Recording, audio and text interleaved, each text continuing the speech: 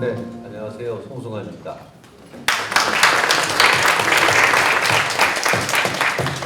뮤지컬의 산업화 얘기는 10여 년 전쯤 제가 뮤지컬업계 이사장으로 재직하던 시절, 그때 콘텐츠진흥원의 이사도 겸직을 하고 있었는데 그 당시에도 뮤지컬 산업화에 대한 얘기가 대두가 됐었죠.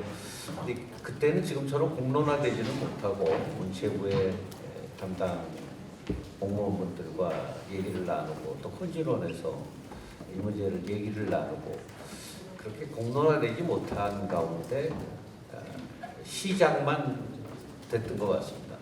물론 뮤지컬 내부에서도 그 당시에 의견이 잘 통일되지 않았고 또 담당 공무원분들이 뭐 2, 3년 있으면 또 바뀌시니까 지속적으로 연장이 되지 못했었고 이번에는 뮤지컬 협회와 그리고 뮤지컬 제작자 협회가 정말 애를 많이 쓰셔서 뮤지컬 내부의 의견을 잘 모았고 또 국회에서 김승수 의원께서 법을 발의하겠다는 의지를 가지시고 그래서 이제야 10년 전에 시작한 얘기가 결실을 보는 때가 되지 않았나 생각이 듭니다. 그래서 오늘 이 공청회에서는 뮤지컬이 왜 산업화돼야 되는가 발제자 두 분께서 상세하게 잘 말씀을 해주셨는데 덧붙인 토론을 잠깐 진행하도록 하겠습니다. 우선 우리 소개를 해드리죠. 원정원 교수님 뭐 너무 잘 아시죠? 순천향대학교 공연영상학과 원정원 교수님 함께 해주셨습니다. 감사합니다. 감사합니다. 수익대학교 공연예술대학원 원장이신 고희경 원장님 함께 해주셨습니다. 또 뮤지컬을 담당하고 있는 주무부처인 문화체육관광부의 주무과장님이시죠. 김미라 과장님 함께 해주셨습니다. 그러면 시간이 그렇게 여유가 없기 때문에 바로 토론에 들어가도록 하겠습니다. 여기 패널들의 토론이 끝나고 나면 우리 객석에 계신 플로어에 계신 여러분들과 또 잠깐 의견을 나눌 수 있는 시간을 갖도록 하겠습니다. 우선 원정원 교수님 시작해 주실까요? 네. 여기 계신 여러분 너무 반갑습니다. 몇몇이 다 뮤지컬을 사랑하고 아끼는 동료분들이 계신 것 같아서 되게 든든한 마음이고요. 많은 분들이 고민하고 염원했던 뮤지컬 진흥법에 대한 이야기를 국회에서 나누게 된다는 것 자체만으로도 행복한 마음입니다. 저도 뮤지컬 평론을 하면서 이런 뮤지컬 장르가 앞으로 굉장히 발전할 수 있고 우리나라 문화 산업에 큰 역할을 할 수 있다고 생각을 해왔는데 번번이 그 여러 가지 상황들 또 공론으로 이끌어내지 못했던 부분들 때문에 본격적인 논의가 진행되지 못한 아쉬움을 겪어서 오늘 이 자리가 더 감격스럽고 약간 눈물도 날 것 같은 그런 느낌이라는 말씀을 먼저 드리고 싶습니다.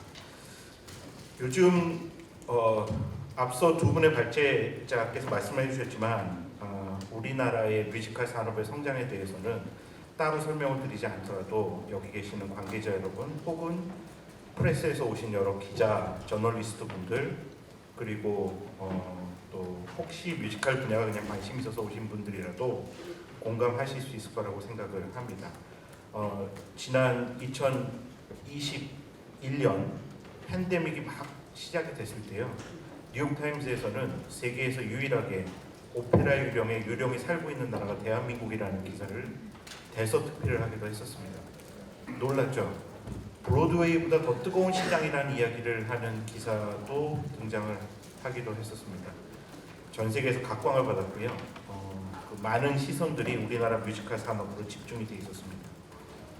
저는 그렇지만 지금까지 이 현상들이 과연 우리가 이 시장을 성숙시켜 왔는가에 대해서 생각해 본다면 물음표를 달 수밖에 없을 것 같습니다. 저는 그래서 시장이 성숙되기보다는 시장이 팽창된 것이 아닌가라는 말을 주로 많이 쓰고 있습니다. 몸집은 굉장히 크게 불어나고 있고요. 규모도 커지고요. 전체 공연산업의 80%를 넘는 매출을 기록을 하고 있는데도 제대로 된 성숙을 이뤄내지 못하고 있습니다. 왜 우리는 성숙을 이루지 못할까요? 저는 제 개인적인 의견은 공공적인 차원에서의 방임이 큰 역할을 했다고 생각을 합니다. 이 장르를 독립 장르로 인지도 하지 않았고요. 그 발전 가능성에 대해서도 연구하지 않았고요. 그저 무대를 쓴다는 이유 하나 때문에 다른 무대 예술 장르와 뭉뚱그려 취급을 당했다고 생각을 합니다.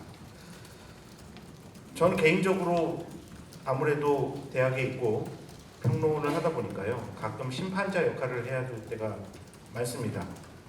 정부가 어떤 정책적 지원을 하거나 재정적 지원을 하기 위해서 심판자 역할을 맡기실 때가 있습니다. 정말 당황스럽습니다.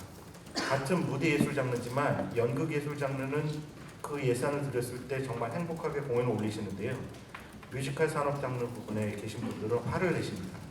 원 교수, 그 돈 갖고 내게 뮤지컬을 만들라는 얘기야? 라는 질문을 하십니다. 나를 빗장이로 만들려고 하시나? 라는 이야기를 하십니다. 얼마나 우리의 공공적인 조직들이나 제도나 법률이 현실을 따라가지 못하는가에 대해서 절절하게 느낄 수밖에 없습니다. 저는 방임이라고 생각을 합니다. 영상을 쓴다고요, 광고와 영화를 한 바구니에 넣을 수 없습니다.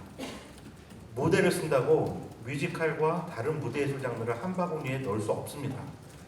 뮤지컬만의 특성을 이해하고요, 뮤지컬이 잘 발전할 수 있도록 여러 제도적인 장치들을 마련해야 합니다. 왜 뮤지컬이 진흥법이 있어야 되는지 저는 이 공간부터 시작을 해야 한다고 생각을 합니다. 서양에는 이런 제도들이 없는데 왜 우리만 있어야 되냐고 말씀하시는 기자분들도 가끔 있습니다. 브로드웨이가요, 시장으로서 산업으로서 기능하는 데 걸린 시간이 150년이라고 합니다. 우리는 아까 발제도 들으셨지만 90년대까지만 해도 무대에 서는 예술은 배고픈 예술이라고 했습니다. 뮤지컬 하다가 드라마 나가고 영화 나오면 배신자라고 얘기했죠. 네가 돈을 선택하고 예술을 버렸구나 라고 얘기를 했습니다. 무대 예술 분야의 그런 영세한 한 장르 정도로만 인지가 되어 왔습니다. 2001년도에 오페라 유령이 공연됐습니다. 아까 들으셨지만 140억 정도 규모의 제작비가 들었고요. 매출이 190억이 넘었습니다. 5개월 공연했죠.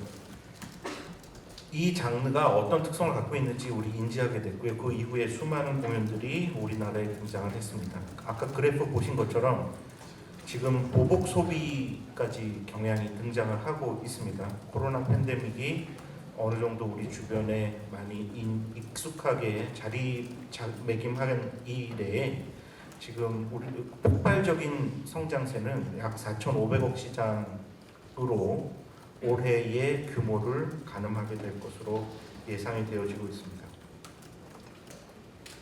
라이온킹 말씀 아까 들으면서 굉장히 인상적이었습니다. 라이온킹이요, 역시 뉴욕타임즈에 기사가 나왔습니다. 어떻게 라이온킹이 남아프리카 공화국 사람들의 일상을 바꾸어 놓았나 라는 내용의 기사였습니다. 하나하나 한 사람 한 사람에게 미친 영향, 남아프리카 공화국의 경제에 미친 영향까지 등장을 했습니다. 우리나라 뮤지컬이요, 이제 그런 시각으로 바라봐야 한다고 생각을 합니다. 아까 발제해 주셨던 대부분의 내용에 대해서 아주 크게 공감을 하고요. 전문적인 기구, 조직, 기금, 재원 마련되어야 한다고 생각합니다. 이미 늦었습니다.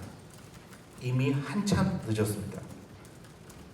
이제라도 빨리 서둘러야 한다고 생각합니다.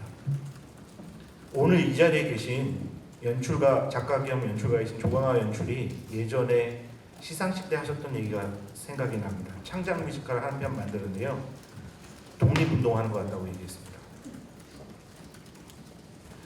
뮤지컬 콘텐츠를 만드는 사람들이 독립운동 하듯이 하게 하는 거예요. 이제는 끝났으면 좋겠습니다. 특별법 제정에 대해서 우리 모두 머리를 맞대고요, 아이디어를 내서 바람직한 방향으로 이제는 우리 뮤지컬이 본격적으로 자리매김할 수 있도록 머리를 맞대 주셨으면 좋겠습니다. 미약하나마 저도 기회가 된다면 최선의 노력을 다해서 오늘 이 자리에 공청회가 훗날 대한민국 뮤지컬 발전에 초석을 마련했다라는 이야기가 나올 수 있도록 노력하도록 하겠습니다. 감사합니다. 네, 감사합니다. 그 산업화하니까 굉장히 거대한 얘기 같고 이렇게 낯선 단어처럼 느껴지지만 결국 산업화라는 얘기는 우리 뮤지컬 시장의 파이를 키우자는 거죠. 그 결국 해외 시장으로 진출해야 되는 거고 그러기 위해서는 퀄리티 있고 수준 높은 창작 뮤지컬을 만들어야 하는 것이 산업화를 하는 이유입니다. 근데 말씀드린 대로 창작 뮤지컬을 만드는데 많은 자본이 들어가고 거기에 대한 리스크를 어떤 뮤지컬 프로듀서가 다 가질 수는 없죠. 그 리스크를 정부에서 좀 분담을 해준다면 뭐 한국 영화의 경우에는 예전에 펀드가 만들어지면서 우선 손실 충당 펀드, 여기 유인택 예술전당 전 사장님 와 계신데 잘 아시죠? 영화를 하셨던 분이라 그렇게 정부에서 펀드를 만들어서 창작 영화를 만드는데 엄청난 그 지원을 해줬죠. 창작 뮤지컬이 만들어지기 위한 그런 지원이 필요한 거죠. 그 재밌는 얘기 하나 할까요? 예전에 창작 뮤지컬 아까 지원 얘기하셨는데 어느 제 선배 프로듀서가 창작 뮤지컬 지원을 받으셨는데 지원금을 포기하고 공연을 안 하시더라고요. 그래서 왜 지원금도 받았는데 안 하세요? 했더니 삐꾸 준다고 기타 사냐? 그러더라고요. 삐꾸 준다고 기타 사냐? 사실 그동안 뮤지컬에 대한 지원이 이제 연극처럼 소극장에서 만들어지는 작은 작품의 지원의 수준에서 같이 비교가 됐기 때문에 제대로 된 뮤지컬의 발전을 기대하기 힘들었던 거죠. 이제는 기초예술을 보호하고 육성하는 차원이 아니라 이것을 산업화하는 차원에서의 새로운 정책과 그런 재원이 필요한 것이 바로 이 산업화가 돼야 되는 이유라고 생각합니다. 우리 다음에는 고희경 국립대학교 공연예술대학원 원장님 말씀 듣겠습니다. 아, 순서가 어떻게 돼요? 아, 그럼 김미라 과장님 문체부요. 안녕하세요. 저는 문화체육관광부 공연전통예술과장 김미라입니다. 오늘 뮤지컬 협회 이종규 이사장님과 그리고 뮤지컬 제작사협회 신준수 회장님의 발제 자료를 보고 저는 이제 토론문을 작성했는데요. 큰 방향은 첫 번째 질문은 왜 뮤지컬 산업 진흥 법률을 제정해야 하는가라는 부분에 대해서는 저는 일단 그 제정의 필요성에 대한 공감을 기본적으로 한다고 말씀드리고 싶습니다. 다음으로 두 번째 이제 실질적인 법률의 내용의 측면에서 그렇다면 진흥 법률에 들어가야 될 내용들이 어떻게 검토돼야 될 것인가라는 부분에 대해서 좀 중점적으로 말씀드리도록 하겠습니다. 앞서 저희 신준수 대표님이 발제하신 내용에 보면 한국 뮤지컬 산업이 어떻게 발전되어 왔는지 잘 기록되어 있는데요. 저희 뮤지컬 산업이 1990년대 생겨나고 나서 그 이후에 급격한 성장을 이뤄오고 있습니다. 2000년대 어쨌든 뮤지컬 전문으로 제작사가 생겨났고 또 뮤지컬 전용 극장이 생겨나기 시작하면서 제작과 유통 분야에 있어서는 분화된 어쨌든 기업의 형태를 띠는 전문 산업의 생태계를 일부 형성해 나가고 있다고 보여집니다. 또한 초기 단계에 단순히 가서 공연을 한 번 하고 오는 단계에서 이제 넘어서서 국제 교류의 깊이 부분 측면에서도 공동 제작이나 협업 부분들에 있어서 또 IP의 수출이라는 측면에서 산업적인 성과들을 분명히 얻어내고 있는 부분이 바로 뮤지컬 분야입니다.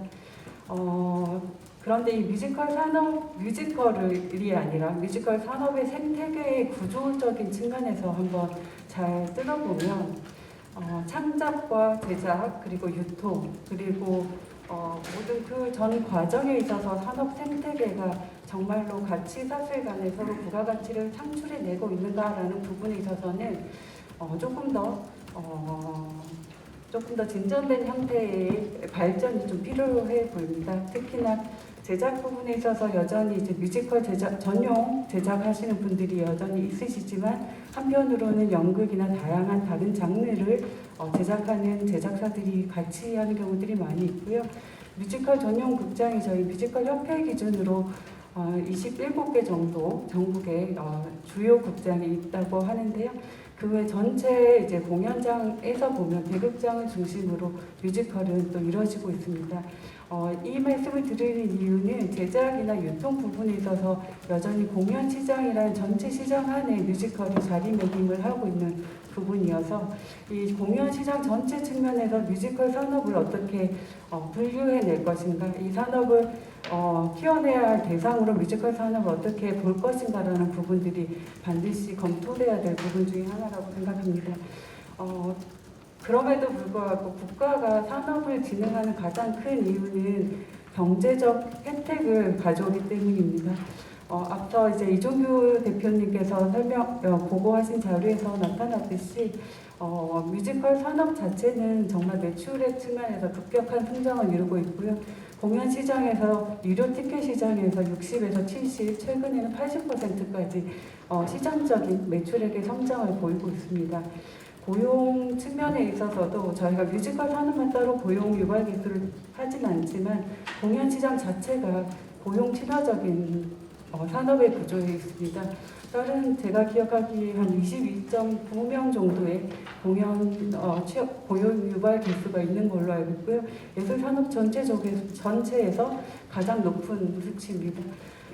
또한 앞서 많은 해외 진출 사례에서 볼 수 있듯이 IP의 해외 수출이라는 측면에 있어서도 무역 수지 부분에 있어서도 경제적인 효과를 분명히 가져오고 있습니다. 또한 이종규 대표님 발제하신 자료에서 나타났듯이 이러한 산업이 주는 경제적 효과가 영화 산업이나 이제 비디오물이나 이런 거와 달리 한 번에 끝나는 것이 아니라 긴 수명을 가지고 경제적인 효과를 나타내기 때문에 국가적인 측면에서 뮤지컬 산업을 진흥해야 하는가라는 측면에 있어서는 반드시 진흥이 필요하다는 부분들이 그 경제적인 효과로만으로도 충분히 담보된다고 할 수 있습니다. 그렇다면 왜 진흥은 반드시 법률을 필요로 하지는 않습니다. 그런데 왜 법률로 제정해야 할까라는 질문을 던져보면 뮤지컬 산업의 진흥에 있어서 지금 현재도 저희가 진흥 정책이 다양하게 있습니다. 이 전문 인력의 양성 프로그램도 있고 국제 투자 마켓의 투자 유치, 그리고 또 한편으로는 다양한 해외 진출 지원 사업들도 있습니다.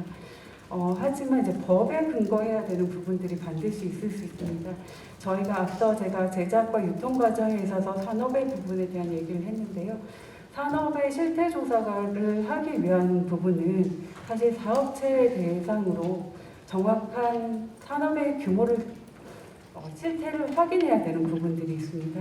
그러니까 지금 현재 일반 산업 분류에서가 아니라 예술의 산업 분류 안에서 또다시 한 편 더 들어가서 뮤지컬 산업의 생태계가 어떻게 형성되어 있는지, 그리고 그와 관련된 산업들은 어떻게 형성되어 있는지, 그 산업과 관련된 연관 산업은 어떻게 볼 것인지에 대한 충분한 논의를 가지고 그걸 토대로 해서 실태 조사를 하는 부분들은 법적인 근거들이 필요하다고 보여지고요.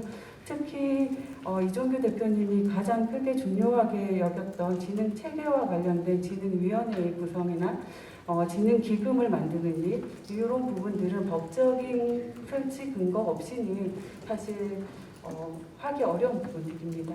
그렇다면 이 법률을 제정해야 된다라는 기본적인 필요성에 대한 공감과 함께, 그렇다면 법률에 담아야 될 내용들은 어떠한 것이어야 될까라는 부분들을 한번 생각해 보면, 당연히 일반적인 법 체계 안에서의 목적 규정이나 그 법의 법상에 들어가는 정의 규정, 그리고 국가와 지자체가 가져야 되는 책무 규정, 그리고 이제 이 법의 성격을 가진 일반법의 규정, 이런 부분들은 당연히 법의 일반적인 내용으로 들어가야 될 내용들일 것이고요. 다음으로는 저희가 산업의 진흥을 가지고 있는 가장 큰 기본적인 테두리를 비슷하게 만들어 보면 산업진흥 기본계획 한 5년 단위를 수립하는 기본계획 수립이 있을 거고요. 이 기본계획의 수립은 사실 가장 중요한 부분이 우리가 무엇을 향해 나아가고 있는지를 사실은 계획하고 그걸 목적을 달성하기 위한 정책 과제들을 몇 년간 공적인 재정 투자를 어떻게 할 것인지에 대한 기본 계획이기 때문에 당연히 법상 진행 계획으로 당연히 법적 근거를 두고 있는 것이 더 안정적인 근거가 될 수 있을 것입니다. 이 진행 기본 계획 안에 저희가 보통은 정부가 이 계획을 수립하는 데 있어서 민간의 전문위원들이나 전 민간에서의 심의 의결하는 부분들이 위원회 구조로 사실은 들어오게 될 것이고요. 산업 진흥의 가장 큰 요소들을 그냥 뽑아보자고 하면 당연히 전문 인력의 양성, 그리고 기술 개발을 어떻게 할 것인가라는 부분하고, 그리고 금융이나 투자에 대한 부분들, 그리고 국제 교류 협력이나 해외 진출 지원을 어떻게 할 것인지, 관련된 인프라 규정들은 어떻게 이루어져야 될지가 사실 진흥법에 가장 크게 기본적으로 담는 내용들이라고 할 수 있습니다. 그리고 마지막에 사실 아까 말씀드린 진흥위원회나 진흥기금, 재원을 어떻게 가져올 것인가라는 부분들이 있을 텐데요. 첫 번째 법률을 이제 저희가 새로 발의를 해야 되는 상황에 있어서 법률적인 부분들을 좀 고민을 해본다면 뮤지컬 산업을 정말 어떻게 법상으로 정의할 것인가라는 부분들을 1차적으로는 고민해야 할 것 같습니다. 그리고 두 번째는 저희가 각 그 다양한 그 애니메이션, 게임, 영화 등등 다양한 진흥법들이 있지만 진흥법이 그 장르의 특성을 반영해서 있는 규정들이 있습니다. 그러니까 뮤지컬 산업을 정말로 진흥하기 위해서 강조되어야 될 내용이 무엇인가라는 부분들이 있을 수 있습니다. 예를 들어 저는 정확하게 아니더라도 게임 같은 경우에는 문화로서의 인식하는 부분들이 되게 중요한 부분들이 있어서 오히려 그런 조항이 들어가 있다든지, 애니메이션 같은 경우에는 사실 해외 진출이나 이런 것들이 더 강조되기 때문에 그와 관련된 규정이 많다든지, 다양한 그러니까 뮤지컬 산업의 특성에 맞춰서 꼭 강조돼야 될, 별도로 규정돼야 될 법적 기술 내용이 무엇인지에 대한 부분들도 좀 검토가 되어야 될 것 같고요. 가장 핵심적으로 쟁점은 저희 부처보다는 사실 관계부처 간의 협의가 필요한 조항들이 바로 진흥위원회를 새로 만드는 일이나 진흥원을 새로 만드는 일, 그리고 기금을 신설하는 일들일 겁니다. 저희가 늘 이런 법에 이제 의견을 조회를 했을 때 나오는 내용 중에 하나는 진흥위원회를 설치 부분은 사실 행정안전부에서 이 부분에 대한 법을 가지고 있습니다. 그래서 중복위원회가 설치되지 않도록 하는 일, 그리고 위원회의 기능이나 이런 부분들에 있어서 기존의 문체부에 있는 위원회에서 충분히 수행 가능하다면 사실 새로운 위원회를 구성하기보다는 기존 자문위원회나 이런 걸 활용하도록 하는 게 사실 행안부가 권고하는 내용 중에 하나이고요.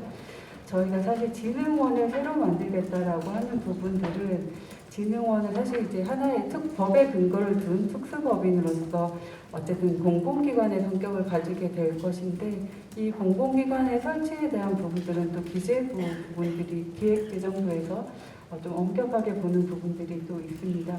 또한 그 부분은 기존에 저희가 문화예술위원회나 예술경영지원센터나 각각 기관들이 이제 지원하고 있는 지원의 내용들을 어떻게 가져갈 것인가, 어떻게 통합이든 어떻게든 어떻게 편제를 다시 할 것인가라는 부분들이 같이 맞물려 있는 부분이라서 조직에 대한 검토가 사실은 또 이루어져야 되는 부분이 있고요.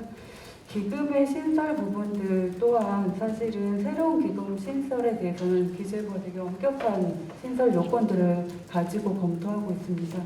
특히 지금의 기금 같은 경우는 사실은 의존 재원보다는 자체 재원들을 마련해야 될 텐데요. 이 자체 재원을 어떻게 할 것인가라는 부분들에 있어서는 뮤지컬 업계 쪽에서의 이제 공통된 공감대 형성이나 이런 부분들이 분명히 필요하다고 보여집니다.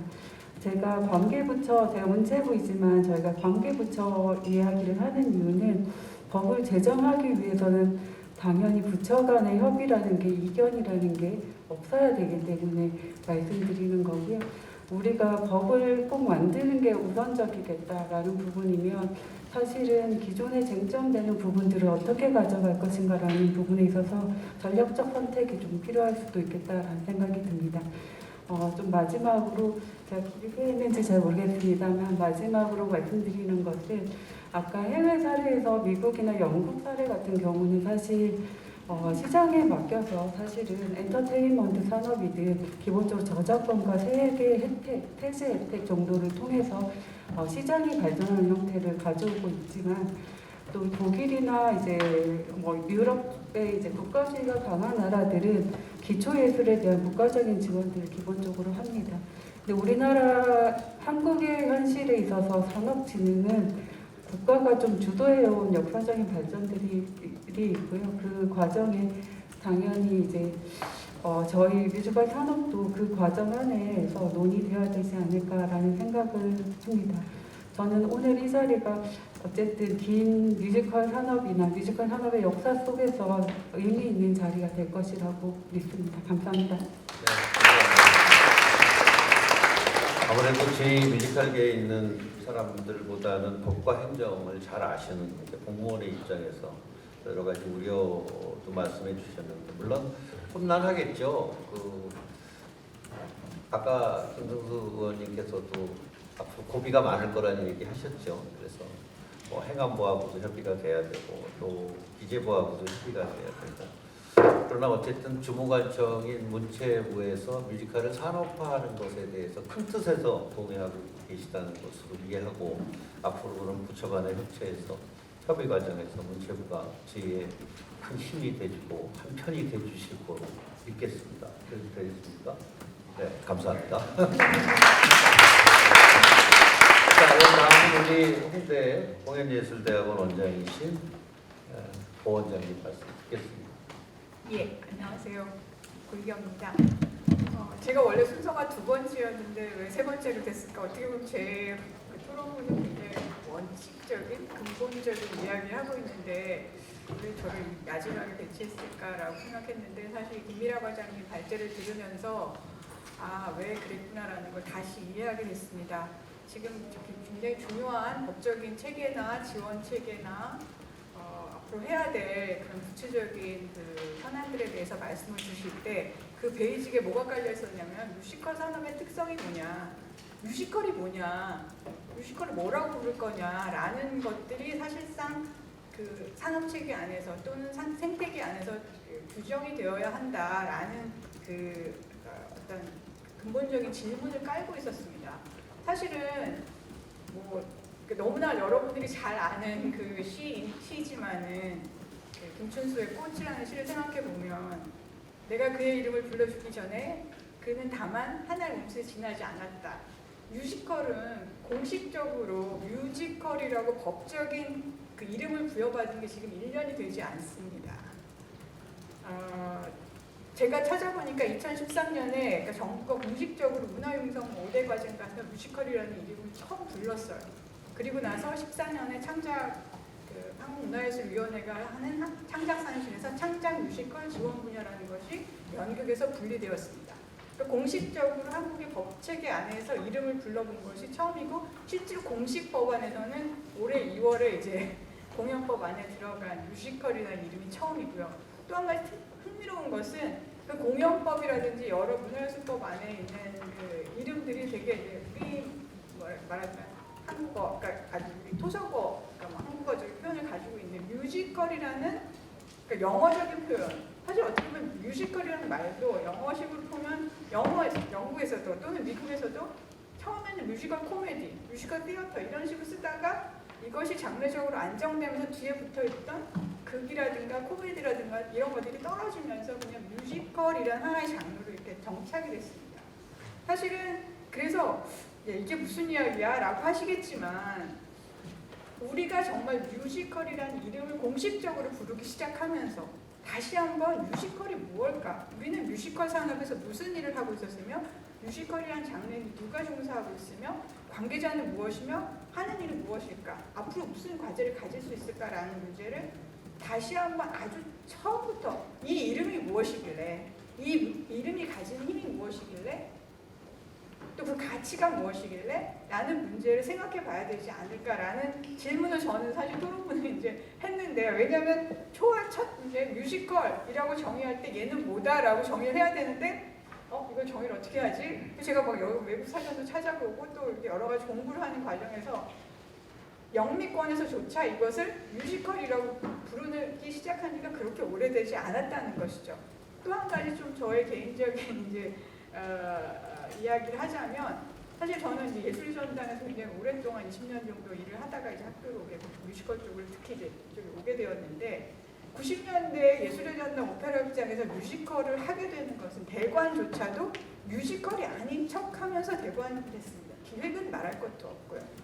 마지막 음악극 뭐 이런 식의 이름을 빌어서 해왔는데, 저는 한편에서는 이제 우리가 법적으로 이걸 부르고 이름을 부르고 정말 뮤지컬이라는 장르가 무슨 일을 할 수 있으며 어떤 젊은이들과 일을 해나갈 수 있는지, 앞으로 어떤 파격적인, 그러니까 정말 산업적인 에너지를 가질 수 있는지에 대해서 좀 더 이제, 또 전 학교에 있으니까 학문적으로 이것들에 대해서 더 스터디하고 또 데이터베이스를 축적하고 해야 될 일이 더 큰 숙제가 또 우리한테 남아졌구나라는 생각을 하게 됩니다. 그렇지만 이것이 공론의 장에서 이렇게 할 수 있다는 것 자체가 굉장히 감격스러운, 사실 2022년은 한국의 뮤지컬에 있어서 굉장히 중요한 1월 달에 공연법에 들어가고 얼마 전 8월에 문화예술진흥법에 들어가고 또 이제 뮤지컬 진흥법 안에 진흥법이라는 걸 우리가 만들려고 이렇게 준비하고 있다는 것 자체가 사실은 지금 뮤지컬계 또 여기서 많은 분들이 희생하고 또 많은 관객들이 극장에 찾아와 주셨기 때문에 가능한 일이다라는 생각을 하면서 오늘 법을 위해서 많은 이제 준비를 해주신 입법기관에 있는 김선수 위원님 여러분들한테도 감사드리지만, 사실은 지금까지 산업 현장에서 애쓰신 여러분들과 관객분한테 사실 그분들의 힘으로 이건 갈 수 있다라고 생각합니다.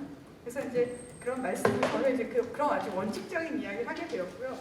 그 다음에 사실 이제 문화 산업이냐 콘텐츠냐 이런 이제 논란들이 사실 이렇게 있을 텐데, 사실 공연이라는 장르는 또 뮤지컬을 더 크게 보고 있는 공연이라는 장르는 장르 자체가 공연법 안에서도 그렇게 규정을 하고 있어요. 음악, 무용, 연극, 뮤지컬, 연예, 국악, 공예 등 예술적 관람물을 실현에 의하여 공중에게 관람하도록 하는 행위까지 공연으로 정의하고 있습니다.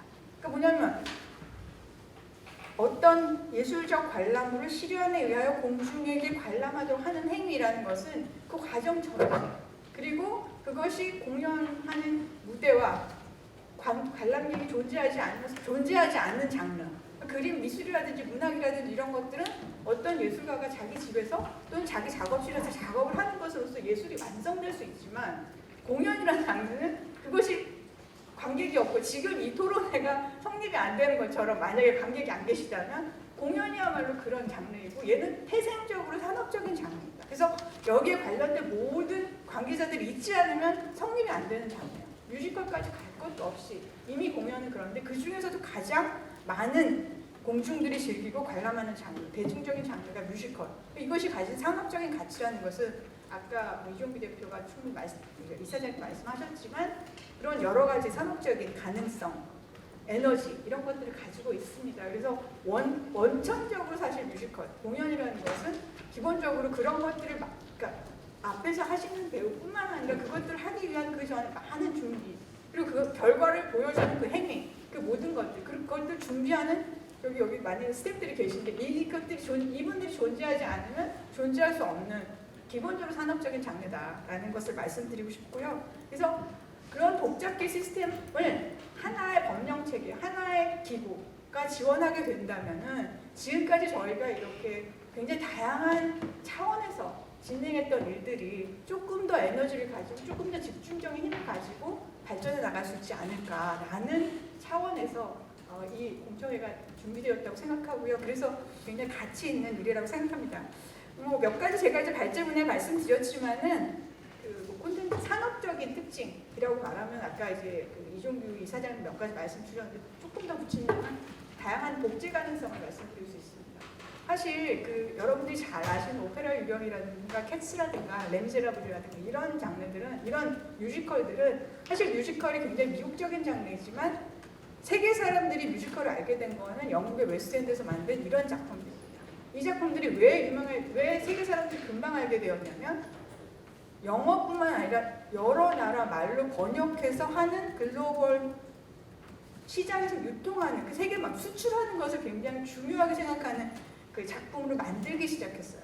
그걸 또 우리가 보면서 그래서 이제는 뮤지컬이라고 할 때 뉴욕, 런던만 주목하는 것이 아니라 서울이 굉장히 지금 뮤지컬 시장에서 주목하는 도시, 또 최근엔 대구까지고요. 이런 식으로 한국이 굉장히 뮤지컬, 전 세계 뮤지컬 시장에서 주목하는 지역이 되었습니다.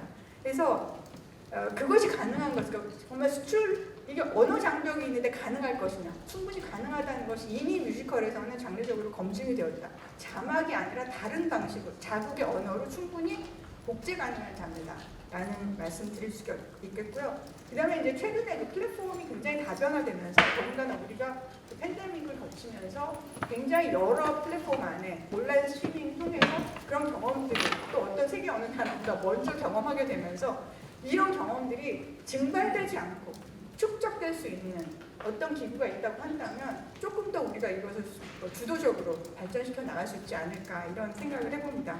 뭐 더 말씀드릴 것 없이 조금 최근에 그 K컬처의 그런 파워가 뭐 세계적으로 인정되고 있는데 우영우라는 드라마가 굉장히 인기 끌만 드라마가 끝나기도 전에 뮤지컬로 제작한다는 발표가 된 것은 그것은 저는 이미 우영우라는 K 콘텐츠가 세계적인 콘텐츠가 되었을 때 이것이 가지는 글로벌 시장에서의 뮤지컬의 힘을 받기 때문에 뮤지컬 제작을 했다고 그걸 기획한다고 생각합니다. 그래서 그런 그 이미 K컬처가 가지고 있는 음악, 스토리, 영상 이런 것들의 힘이 정말 결합 장르로서의 뮤지컬이 충분히 그 세계 시장을 장악할 수 있는 힘을 축적하고 있다라고 생각합니다.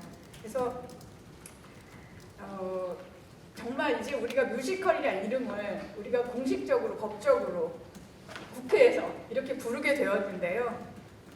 이것이 정말 생산적인 몸짓 가능할 수 있도록 여러분들의 많은 지원 부탁드리겠습니다. 네, 감사합니다.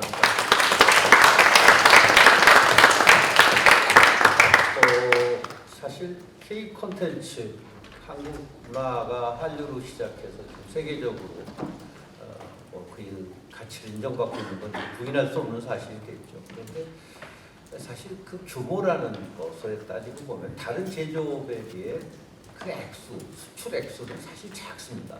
자동차 수출 액수에 비교하겠어요?